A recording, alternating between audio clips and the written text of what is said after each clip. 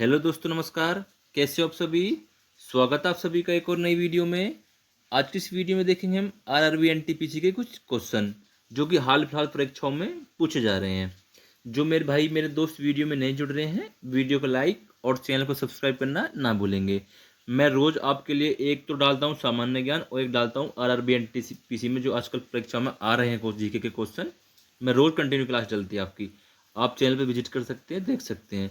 और मेरे भाई बीच में छोड़ के मत जाया करो क्लास, ठीक है? चलिए, फर्स्ट क्वेश्चन है, वित्तीय आपातकाल संबंधी प्रावधानों का उल्लेख भारतीय संविधान के निम्नलिखित में से कौन से अनुच्छेद में है?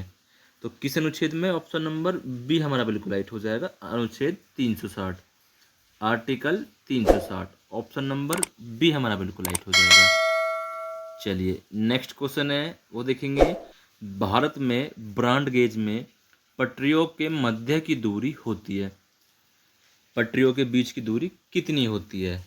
तो 1676 मिलीमीटर, ठीक है। ऑप्शन नंबर डी हमारा बिल्कुल राइट हो जाएगा, ठीक है। Option number D 1676।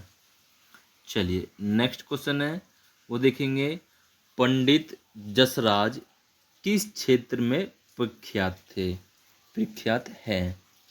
ठीक है। तो ये 2016 में आया हुआ क्वेश्चन है मेरे भाई। तो कौन सा क्षेत्र हो जाएगा? शास्त्रीय संगीतकार, शास्त्रीय संगीतकार। ऑप्शन नंबर बी हमारा बिल्कुल राइट हो जाएगा, शास्त्रीय संगीतकार। चलिए, वित्तीय घाटा शब्द भारत सरकार के किस मंत्रालय से संबंधित है? वित्तीय घाटा शब्द भारत सरकार के किस मंत्रालय से संबंधित है? तो किस मंत्रालय से हो जाएगा? वित्त मंत्रालय से। ऑप्शन नंबर डी हमारा बिल्कुल राइट हो जाएगा, वित्त मंत्रालय से। चलिए, आगे बढ़ेंगे। नेक्स्ट क्वेश्चन है, ब्रिटिश की ग्रीष्मकालीन राजधानी थी, ब्रिटिश की ग्रीष्मकालीन राजधानी थी, तो कौन सी हो जाएगी? बिल्कुल शिमला। ऑप्शन नंबर बी हमारा बिल्कुल राइट हो जाएगा, शिमला थी, ठीक है। चलिए, आगे बढ़ते हैं। नेक्स्ट क्वेश्चन है, महात्मा गांधी ने किस अधिनियम के विरोध में लोगों से 6 अप्रैल 1919 को एक दिन के लिए अहिंसक विरोध दर्शाने को कहा? तो कौन सा था मेरे भाई? बिल्कुल रोलेक्ट एक्ट। ऑप्शन नंबर ए हमारा बिल्कुल राइट हो जाएगा, रोलेक्ट एक्ट, ठीक है। चलिए, ऑप्शन नंबर ए। चलिए, नेक्स्ट क्वेश्चन है, वो देखेंगे, शब्द श्वेतांबर से जुड़ा है, शब्द श्वेतांबर यानी किससे जुड़ा है? तो किससे जुड़ा है? बिल्कुल जैन, बौद्ध, यहूदी, सिख। तो राइट ऑप्शन हो जाएगा हमारा ऑप्शन नंबर ए, जैन धर्म से। ऑप्शन नंबर ए, जैन धर्म से जुड़ा है श्वेतांबर, ठीक है। चलिए, आगे बढ़ते हैं। नेक्स्ट क्वेश्चन है, Jinnah often came to our house पुस्तक के लेखक कौन है? Jinnah often came to our house पुस्तक के लेखक कौन है? तो कौन हो जाएंगे? बिल्कुल किरण दोषी। ऑप्शन नंबर सी हमारा बिल्कुल राइट हो जाएगा, किरण दोषी, ठीक है। चलिए, आगे बढ़ते हैं। नेक्स्ट क्वेश्चन है, वो देखेंगे, भारतीय भूमि को लगभग 2 बराबर हिस्सों में विभाजित करता है, भारतीय भूमि को लगभग 2 बराबर हिस्सों में विभाजित करता है। चलिए, भूमध्य रेखा, कर्क रेखा, मकर रेखा। तो राइट ऑप्शन क्या हो जाएगा हमारा? बिल्कुल कर्क रेखा। ऑप्शन नंबर बी हमारा बिल्कुल राइट हो जाएगा, ठीक है। चलिए, आगे बढ़ते हैं। नेक्स्ट क्वेश्चन है, रात्रि के समय आकाश में मौजूद सबसे चमकीला ग्रह कौन सा है? रात्रि के समय आकाश में मौजूद सबसे चमकीला ग्रह कौन सा है? तो कौन सा हो जाएगा सबसे चमकीला ग्रह? बिल्कुल ऑप्शन नंबर ए हमारा बिल्कुल राइट हो जाएगा, शुक्र ग्रह। ऑप्शन नंबर ए, शुक्र ग्रह। चलिए, आगे बढ़ेंगे। नेक्स्ट क्वेश्चन है, वो देखेंगे, श्री गुरु नानक देव जी का जन्म राय भाई की तलबड़ी यानी वर्तमान में ननकाना साहिब में हुआ है। तो बिल्कुल बिल्कुल, हाँ ठीक है। तो कब हुआ था? तो बिल्कुल 1469 में, 1469 में। ऑप्शन नंबर सी हमारा बिल्कुल राइट हो जाएगा। मेरे भाई जितने भी क्वेश्चन मैं करवा रहा हूँ सारे में एग्जाम में आए हुए क्वेश्चन है, और आजकल जो एग्जाम चल रहे हैं सभी में पूछे जा रहे हैं।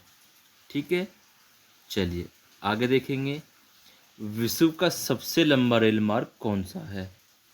विश्व का सबसे लंबा रेल मार्ग कौन सा है? चलिए बहुत बढ़िया। तो कौन सा हो जाएगा? Trans Siberian railway. Option number A हमारा बिल्कुल राइट हो जाएगा, ट्रांस साइबेरियन रेलवे। ठीक है, चलिए आगे बढ़ते हैं। नेक्स्ट क्वेश्चन है, निम्नलिखित में से कौन भूप्रक्षण उपग्रह है? निम्नलिखित में से कौन भूप्रक्षेक्षण उपग्रह है? कौन सा हो जाएगा? बिल्कुल सरल। ऑप्शन नंबर सी हमारा बिल्कुल राइट हो जाएगा, सरल। चलिए आगे बढ़ते हैं। नेक्स्ट क्वेश्चन है की अवधारणा यानी किसकी अवधारणा अंधविश्वास भरी मान्यताओं पर आधारित है?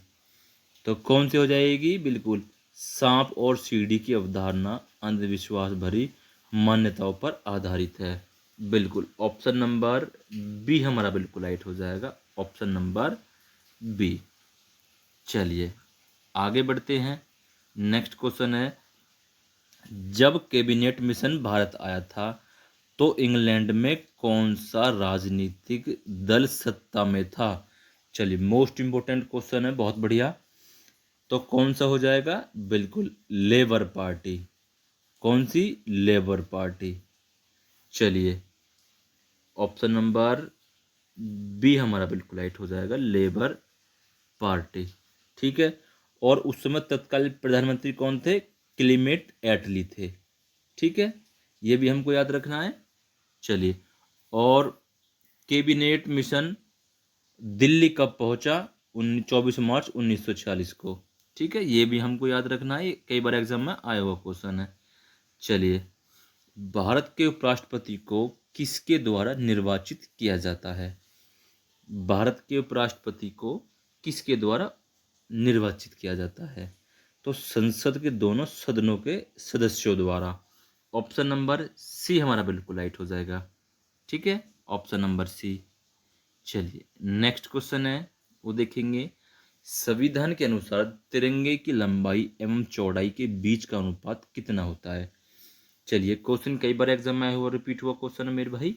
तो कितना हो जाएगा? 3:2। Option number D 3:2। ठीक है, चलिए आगे बढ़ेंगे। नेक्स्ट क्वेश्चन है, हरियाणा के किस जिले में परमाणु ऊर्जा संयंत्र स्थित है? न्यूक्लियर पावर प्लांट स्थित है। तो किस जिले में हरियाणा के? बिल्कुल फतेहाबाद जिले में। ऑप्शन नंबर सी हमारा बिल्कुल राइट हो जाएगा। ठीक है, चलिए आगे बढ़ते हैं।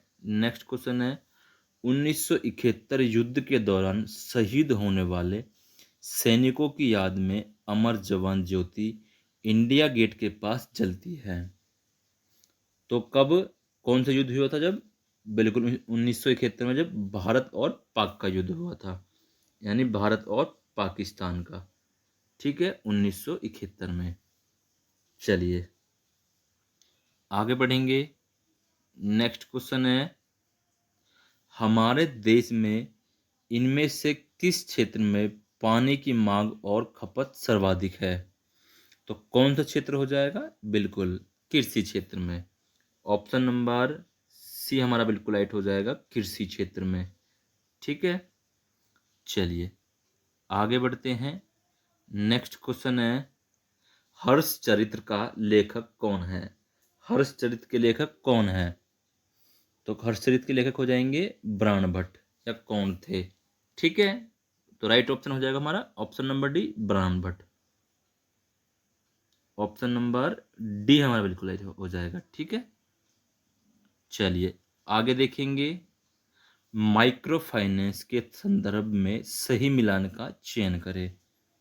माइक्रो फाइनेंस के संदर्भ में सही मिलान का चयन करें तो मोहम्मद यूनुस ग्रामीण बैंक, ऑप्शन नंबर ए हमारा बिल्कुल राइट हो जाएगा, मोहम्मद यूनुस ग्रामीण बैंक। ठीक है, चलिए आगे चलते हैं। नेक्स्ट क्वेश्चन है, सरकार द्वारा GIFT शहर की योजना कहाँ बनाई गई? तो कहाँ बनाई गई? बिल्कुल ऑप्शन नंबर डी हमारा बिल्कुल राइट हो जाएगा, अहमदाबाद में। ठीक है, अहमदाबाद। चलिए आगे बढ़ते हैं। नेक्स्ट क्वेश्चन है, भारत में पंचायती राज संस्थानों की स्थापना भारतीय संविधान के किस संशोधन के अनुसार हुई है? ठीक है, तो बिल्कुल 73वें संशोधन अधिनियम के अनुसार।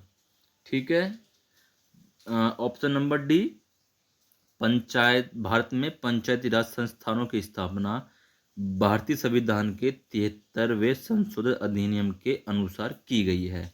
ठीक है, ऑप्शन नंबर डी हमारा बिल्कुल राइट है।